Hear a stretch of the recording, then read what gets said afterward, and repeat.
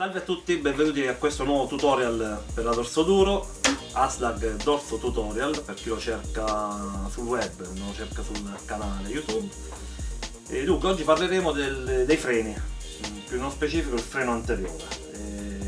Prima di partire con qualunque cosa del video voglio ricordarvi che io non sono un meccanico, quindi oggi analizzeremo un po' come e del perché cambiare un impianto frenante, come va fatto. Però se non siete in grado, se comunque non avete mai utilizzato chiavi o quant'altro, vi consiglio sempre di rivolgervi a un vostro meccanico di fiducia, però almeno saprete di che cosa stiamo parlando più o meno. Quindi dopo la sigla cominciamo a vedere cosa e perché si fa.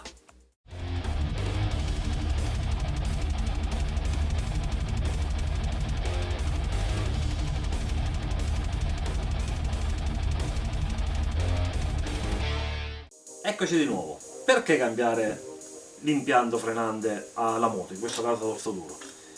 Premesso che è una moto che frena benissimo di suo, per la sua categoria forse sarà anche una delle migliori. Cambiamo i freni perché molte volte chi si diletta come me a girare amatorialmente in pista a volte sente la necessità di avere un freno un po' più performante, anche perché comunque alla lunga in pista comincia ad affaticarsi un po' il freno. Parliamo solo del freno davanti, come abbiamo detto. Quindi andremo ad analizzare cosa cambiare sulla moto nello specifico. Allora, come dicevamo, di solito la prima cosa che si cambia, si leva la pompa del freno originale e si mette una pompa radiale. In questo caso una 1920, perché comunque quelle un po' più aggressive, una 1919, 1918, poi per un utilizzo in strada comincia a essere un po' scomodo nel modulare la frenata. Quindi con la 1920 vi trovate bene sia in pista che in un utilizzo stradale. Poi possiamo cambiare le pinze. Questa è una pinza originale della 750 e questa è una pinza originale 750 della Factory e della 1200. E lo vedete da soli, è la grandezza che cambia. L'interasse, che è la misura che va dal centro del foro alla distanza col centro dell'altro foro. L'originale abbiamo detto è da 85 e in quell'altra che andremo a montare è da 100, un po' come tutte le moto in genere. Per fare questo però c'è un problema: bisogna cambiare il piedino dell'ammortizzatore della moto, perché proprio dove aggancia la pinza, in questo caso qui, mettendo la pinza più grande non potremo agganciare la pinza. E qui infatti abbiamo messo dei piedini adatti, sembrano uguali ma cambia l'interasse. Questa è un'operazione che però purtroppo dovete far fare da un sospensionista, oppure se siete capaci voi, perché lo stelo bisogna levarlo dalla moto, bisogna smontare tutto l'interno dell'ammortizzatore per arrivare a svitare il piedino. Cambiato la pompa, cambiato le pinze, possiamo anche cambiare i dischi, mettendo sempre dei dischi un po' più performanti.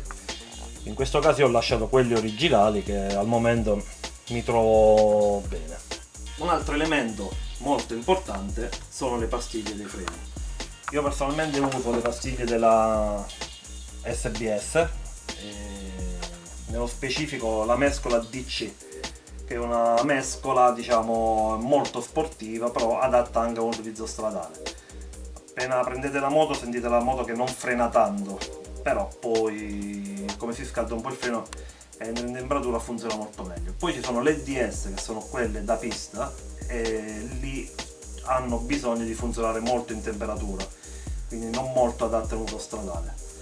Poi ci sono le HS, che sono diciamo quelle un po' più usate da tutti, uno stradale sportivo, però non da pista proprio, perché in pista diciamo cominciano a soffrire anche loro. Quindi con una DC per iniziare un percorso in pista potrebbe essere una buona soluzione.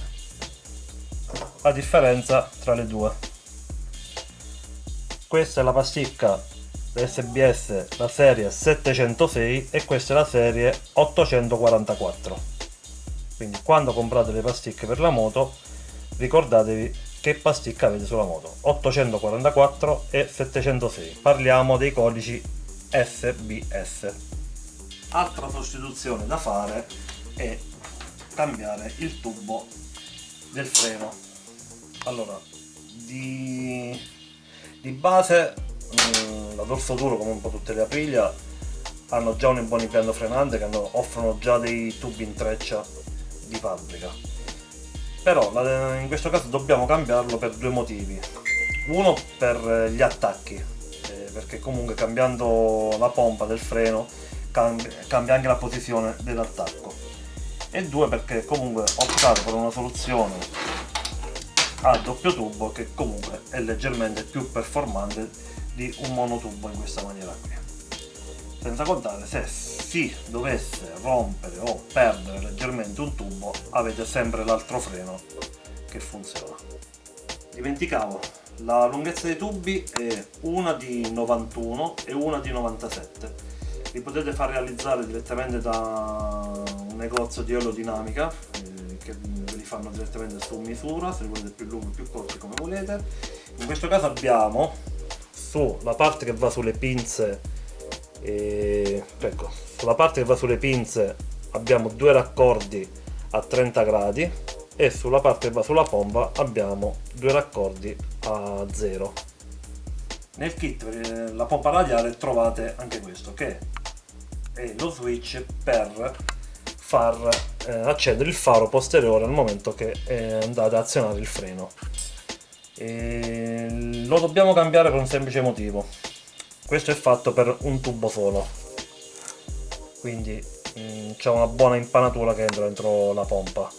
In questo caso noi, avendo messo due tubi così, diciamo che avanza, messe anche le rondelle in rame, avanza molto poco. Qui possiamo utilizzare questo che è a doppio raccordo e giustamente avremo più filettatura. Giusto per curiosità, vediamo come si smontano le pasticche dalla pinza originale 750, quindi parliamo di quella da 85. Ci sono questi due fermi, leviamo uno e leviamo due. Con un piccolo giravite da questo lato spingiamo un po' i perni, ok, e con un'altra pinza li tiriamo verso fuori, 1 e 2.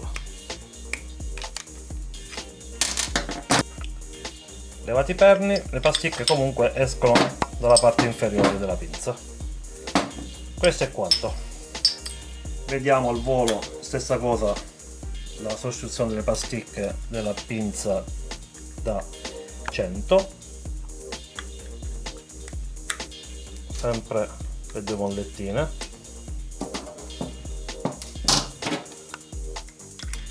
prendete e tirate 1 e 2.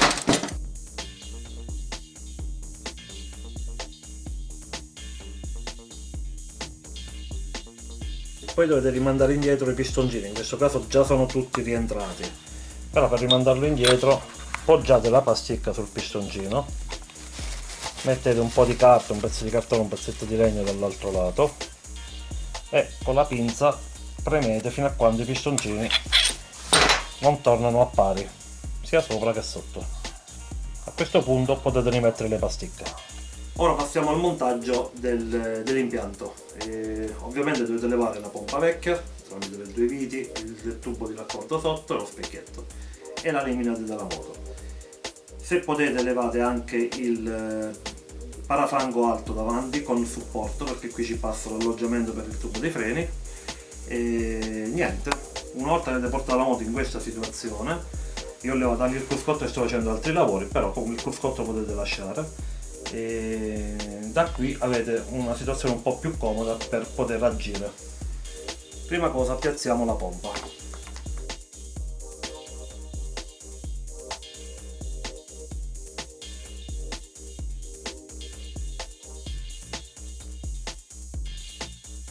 Non serve stringere, tanto dovrete spostarlo varie volte. Ok, passiamo al montaggio del tubo dei freni. Quindi servono i due tubi, lo switch abbiamo detto prima, quello più lungo, e 3 rondelle. Mettiamo una prima rondella, il tubo, la seconda rondella fra i due tubi, il secondo tubo e la terza rondella.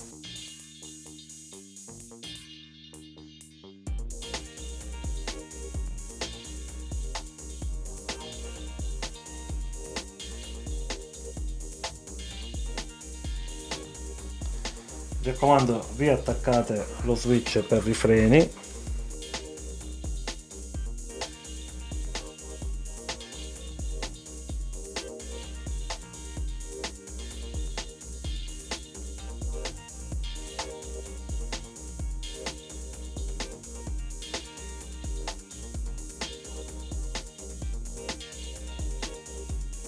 Rimontiamo le pastiglie sulle pinze prima di mettere sulla moto perché c'è più comodo, e ogni pastiglia l'ho segnata in maniera da sapere da che lato va, per riutilizzare la stessa superficie sulla stessa superficie del disco dove ha lavorato in precedenza.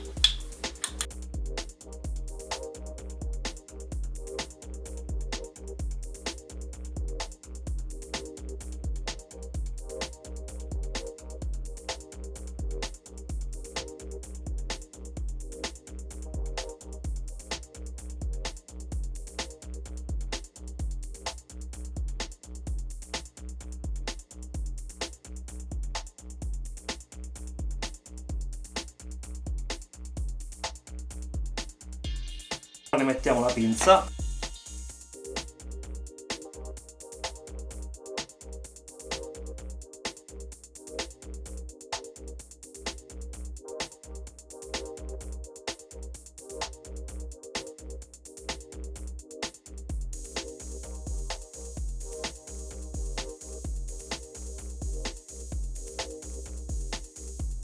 ovviamente le viti della pinza vanno stretti a 50 Nm.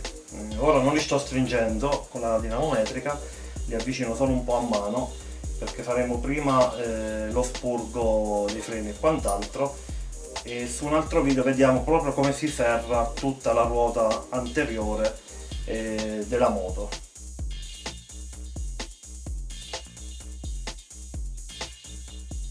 Ora rimettiamo i raccordi sulla pinza per i tubi, come abbiamo fatto sopra: vite, rondella di rame, tubo, rondella di rame.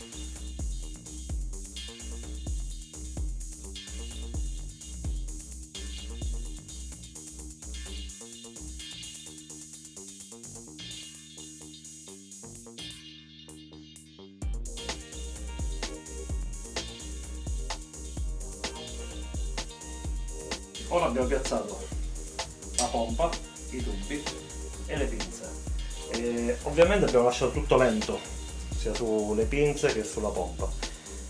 In questo momento dobbiamo mettere i tubi in maniera che quando lo stesso giro di un tubo non si impigli, non tocchi da qualche parte, sia a destra che a sinistra. Fissiamo bene i tubi con le lunghezze adatte sulla ruota, sulla pinza. A quel punto possiamo stringere tutti i raccordi, quelli della pompa e quelli della pinza. Abbiamo rimontato tutto, abbiamo messo l'olio nel circuito. Mi raccomando, fate lo spurgo, altrimenti non funzionerà niente. Quindi al solito lo spurgo si tiene premuta la leva, si apre il raccordo, si fanno uscire le ultime bolle, si chiude, si lascia la leva ricaricare un po' la pompa e poi si prosegue. Se avete l'aspiratore per fare lo spurgo è meglio, però così alla fine va bene ugualmente. E niente, abbiamo finito anche quest'altro tutorial e ora mi finirò di rimontarmi le ultime cose, preparerò per gli altri tutorial in programma. E al solito, se vi è piaciuto mettete un mi piace e un commento, altrimenti mandate nell'altro paese. Ciao a tutti!